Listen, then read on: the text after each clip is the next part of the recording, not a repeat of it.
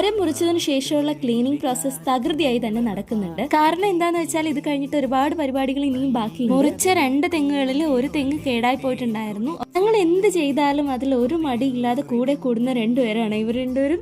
ഇവർക്കൊരു പാർക്കിലേക്ക് കയറിയ ഒരു ആനന്ദമായിരുന്നു കേട്ടോ. കട്ട് ചെയ്തിട്ട് തെങ്ങിന്റെ പീസസ് വെച്ച് അവർ ബെഡൊക്കെ ഉണ്ടാക്കി കിടക്കാൻ തുടങ്ങി. പിന്നെ ഉണ്ടല്ലോ എല്ലാവരും ഓരോരോ ജോലികൾ ചെയ്യുമ്പോൾ ഞാൻ ഈ വീഡിയോ എടുത്തോണ്ടിരിക്കുമ്പോൾ എനിക്ക് എന്റെ മനസാക്ഷി അനുവദിച്ചില്ല. അങ്ങനെ ഞാൻ വിചാരിച്ചു അവരെ ഹെൽപ്പ് ചെയ്യാം.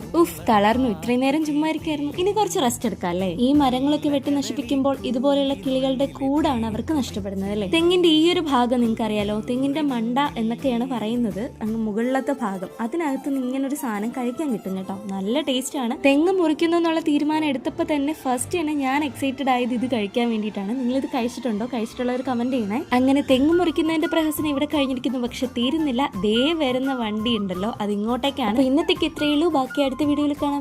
ബൈ.